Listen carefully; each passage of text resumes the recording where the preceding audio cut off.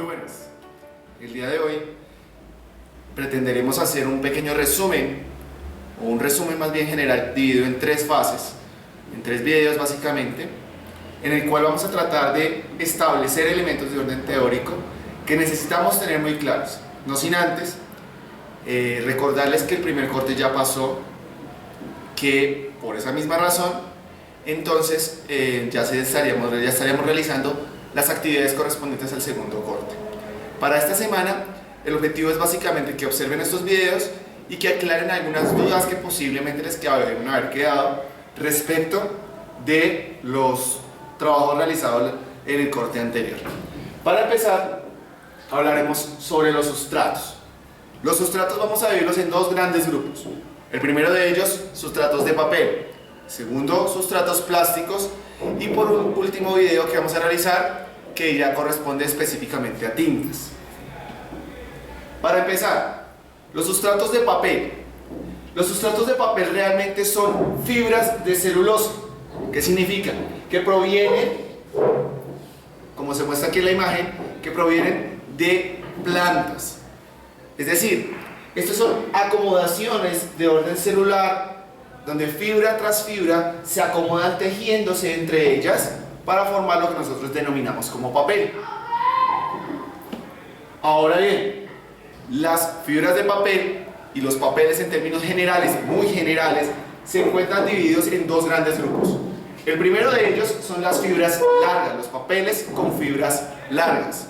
Los papeles con fibras largas son aquellos que tienen las fibras, las pequeñas fibras que componen estos papeles, tienen un tamaño mayor que el de los demás papeles. Regularmente son los cartones. El tamaño promedio de estas fibras está entre los 3 y los 5 milímetros. ¿Esto qué produce? Eso produce características en los papeles que hacen que estos sean muchísimo más fuertes debido a que hay una mayor área de contacto entre cada fibra. Y en un segundo grupo encontramos los papeles de fibras cortas. Los papeles de fibras cortas son mucho más débiles en términos genéricos, porque las fibras tienen un largo aproximado entre 1 y máximo 2 milímetros. Y estas fibras de papel, estos papeles en particular, tienen como característica fundamental que necesitan elementos externos a la misma fibra para poder mantener su resistencia. Ahora bien, estas son las dos grandes familias, los dos grandes grupos. Sin embargo, los papeles también se encuentran divididos, o en este caso nosotros los vamos a manejar por características. ¿Qué significa esto? Para nosotros poder manejar un papel, para poder elegir un papel, dependiendo de la situación que tengamos propuesta, es decir, tenemos un trabajo, el que sea, y llega un cliente y nos pide que necesitamos utilizar un papel, tenemos que saber elegirlo. Y saber elegirlo implica conocer las características de estos papeles. O sea, dependiendo de la característica de cada uno, podremos elegir cuál será el papel más adecuado para poder ejecutar ese trabajo. Hay que tener una diferencia. Y es, una cosa es poder imprimir en cualquier papel y otra cosa es deber imprimir en cualquier papel. Poder imprimir significa que podemos hacerlo en cualquier papel. Sin embargo, a la hora de deber, tenemos que pensar que estamos hablando en un orden profesional. En ese orden de ideas, no podemos imprimir en cualquier papel. Tenemos que imprimir en el papel adecuado. Esto pensando en un proceso de preprensa que se va a realizar como estadio final en un proceso de impresión. O sea, estamos partiendo desde el principio del proceso de impresión, que es la elección del sustrato, luego vamos a la elección de tinta. Estos dos van de manera coherente, hacemos el proceso de edición, hacemos el proceso de preprensa para luego su posterior impresión. Ahora bien, ¿cuáles son las características de los papeles en términos generales? La primera de ellas es el gramaje.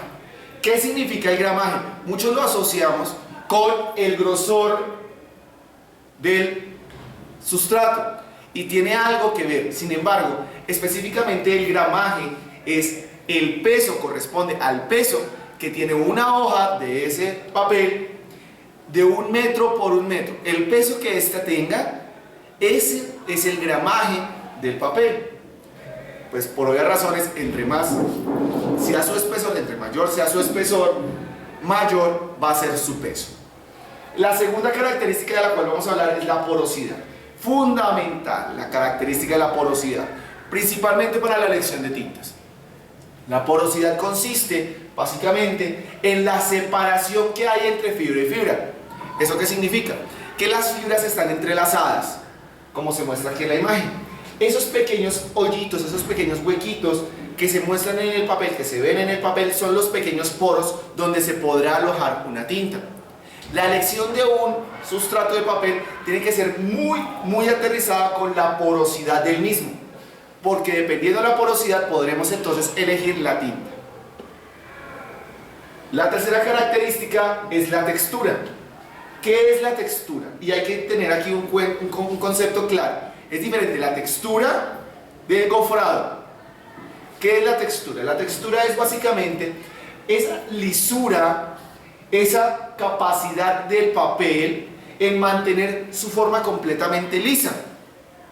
La textura será entonces las curvaturas, las variaciones que tenga el papel en toda su superficie, como se muestra en la imagen, diferente a lo que sucede con un gofrado. ¿Qué es un gofrado?